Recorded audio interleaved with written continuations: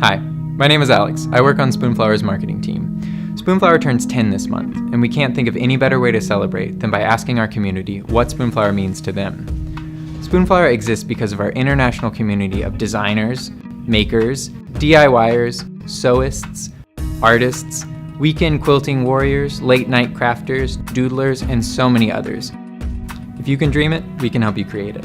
We pride ourselves on how genuine, dedicated, and diverse our community is, and we mean it when we say it. We couldn't have gotten here without you. We want to know how Spoonflower has inspired you.